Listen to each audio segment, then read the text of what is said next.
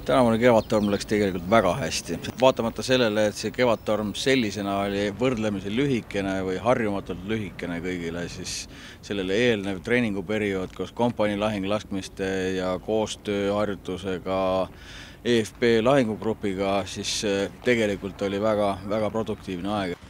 Erinevus oli selles, et korraldasime jalaväepataljoni taktikalise grupi lahinglaskmised, mis vältasid üle 2 ööpäeva ning millesse olid kaasatud nii Eesti kui ka liitlaste soomusüksused tankide ja jalaväe lahingumasinate näol ning mille käigus siis oli tuletoetus tagatud nii Eesti kui liitlasüksuste poolt ja samas manööverdasid jalaväekompaniid nii viivitusooperatsioonis, kaitsefaasis kui ka vasturünnakutes.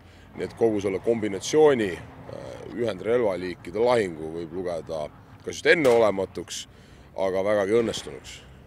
Liitlastega koostöö on olnud väga hea. Me oleme kasutanud väliõppuse formaati selleks, et võimaldada neil pataljoni ühismanöövri läbiviimist ja seda mitte ainult ühe korra, vaid 3 erineval päeval. Me oleme andnud neile võimaluse treenida oma tankidega koos meie jalaväepataljonidega, nii 21. kui 13. pataljoniga. Ja me oleme saanud võimaluse integreerida nende suurtükiväelased ja nende miinipildurid meie lahinguplaani. Tegelikult läks poistel väga hästi. Vahet ei ole, kas Viru pataljoni poisid või Kalevi pataljoni poisid, kõik 13 pataljon toimisid väga hästi. Ma olen väga rahul nendega, sellepärast et kuni viimase hetkeni oli sära silmis sihukest jõudu täis ja panid lõpuni välja selles mõttes ja hästi panid.